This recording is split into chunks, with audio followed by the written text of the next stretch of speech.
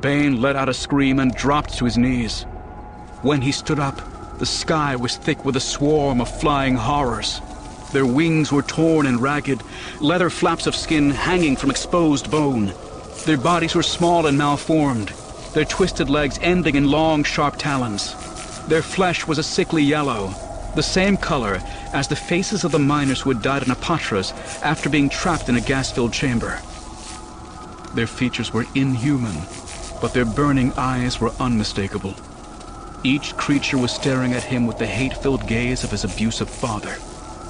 As one, they swooped down on him, their mouths screeching out a cry that sounded like his father's name. Swinging his lightsaber wildly at the demon flock, Bane crouched low to the ground, his free hand coming up to cover his face and ward off the talons clawing at his eyes. As the swarm enveloped him, he caught a glimpse of Zannah standing a few meters away, her face frozen in a mask of intense concentration. Bane knew it was a trick. The beasts weren't real. They were just figments of his imagination, born from the repressed memories of his childhood. His greatest fears manifested in physical form. But he had conquered these fears long ago. He had turned his fear of his abusive father into anger and hate, the tools that had given him the strength to endure and eventually escape his life in Apatros. He knew how to defeat these demons, and he struck back. Unleashing a primal scream, he channeled his terror into pure rage and lashed out with the dark side. It tore through the swarm in a burst of searing violet light, utterly obliterating them.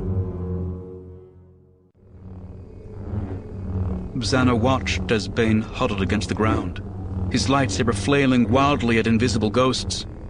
But she didn't let her concentration falter. Bane's mind was strong. If she let up even for an instant, he might break free of the spell. For a second, she thought she had won, as Bane let out a shriek, but the burst of energy that followed sent her reeling backward. Regaining her balance, she saw that Bane was on his feet again, and she knew he had resisted the spell. But she still had one more surprise for her master. Again, she opened herself up to the dark side. This time, however, she didn't attack Bane directly. Instead, she let it flow through her, drawing it from the soil and stone of Ambria itself. She called to power buried for centuries, summoning it up to the surface in wispy tendrils of dark smoke snaking up from the sand. The thin tendrils crawled along the ground, reaching for one another, twining themselves together into writhing tentacles each several meters long. Then, in response to her unspoken command, the tentacles rose up and lashed out at her foe.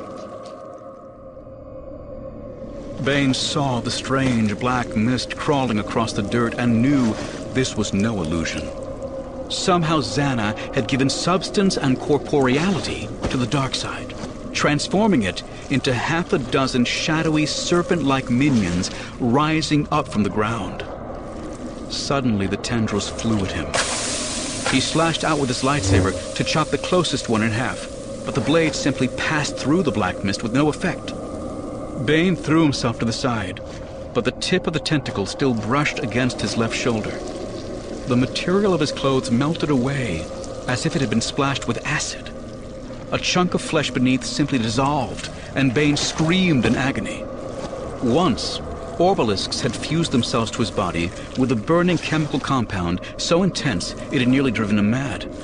10 years ago, they had been removed when Bane's flesh had been literally cooked by a concentrated blast of his own violet lightning. During her interrogation, Sarah had pumped him full of the drug that it felt like it was eating him alive from the inside. But the excruciating pain he felt from the mere touch of the dark side tendril was unlike anything Bane had ever experienced before. The damage was far from life-threatening, but it nearly sent Bane into shock. He fell hard to the ground, his jaw slack and his eyes rolling back into his head.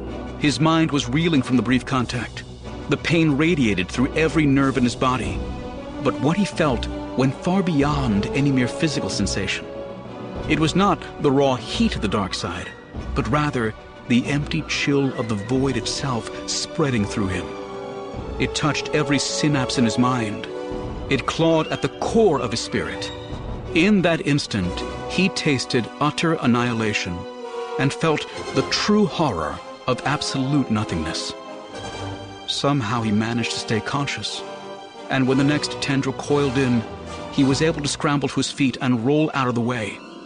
His wounded shoulder was still throbbing, but the hollow darkness that had threatened to overwhelm him had faded, allowing him to ignore the pain. The tendrils were massing for another assault, moving faster as Zannah fed them with a steady stream of power. Bane unleashed violet lightning from his fingers, but when the bolt struck the sinewy black forms, they were absorbed with no apparent effect. They were made of pure darkside energy, and there was no way he could harm them. That left him with only one option: kill Zannah before the tentacles killed him.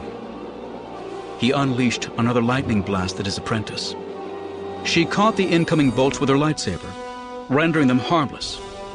But her reactions were a fraction slower than normal, and Bane knew it was more than just her injured ribs. The effort to keep the tendrils animated was pushing Zannah's ability to draw on the Force to its limits, leaving her vulnerable in other areas. Lightsaber in hand, Bane charged toward her. The tendrils flew to intercept him, but Bane ducked, jumped, and dodged, weaving his way under, over, and around them as he bore down on Zannah. She brought her lightsaber up to defend against his attack, but without the full power of the Force behind them, her movements were awkward and clumsy. She parried the blow, but didn't react fast enough as Bane dropped down and took her feet out from under her with a sweep of his leg. As she fell, he twisted the handle of his lightsaber so that his blade caught one of hers, wrenching the hilt from her grasp and sending her weapon flying across the camp. With his foe unarmed and helpless at his feet, Bane brought his arm down for the coup de grace, only to have it intercepted mid-swing by one of the darkside tendrils. It wrapped itself around the elbow. Skin, muscle, sinew, and bone dissolved instantaneously, severing the limb. His disembodied forearm and fist tumbled harmlessly to the ground, his lightsaber flicking off as the hilt slid from his suddenly nerveless fingers. The Dark Lord didn't scream this time. The pain was so intense it left him mute as he collapsed to the ground. Everything went black. Blind and alone, he felt the void closing in. In desperation, he reached out with his left hand, clutching Zannah's wrist as she lay on the ground beside him. With his last act, he summoned all his remaining power and invoked the ritual of essence transfer. Working at the speed of thought, his mind tapped into the currents of the Force, seizing on the power of the dark side, spinning, shaping, and twisting it into the intricate patterns he had ripped from Andeddu's holocron. The cold darkness swallowing him up vanished, replaced by a searing burst of crimson light as the power of the ritual was unleashed. Bane was aware of his flesh being utterly consumed by the unimaginable heat, reduced to ashes in 1,000th of a second. But he was no longer a part of his own body. His spirit had discarded it like an old shell in favor of a new one. Bane was suddenly fully aware of his physical surroundings. He could see with Zannah's eyes. He could hear with her ears. He could feel the intense heat of the ritual's crimson glow through her skin. But Zannah was still there too. She sensed his assault. He could feel her terror and confusion as if they were his own. And when she screamed in horror, he screamed with her. The black tendrils vanished as her concentration was shattered, disappearing like smoke on the wind. Instinctively, she fought to repel the invader.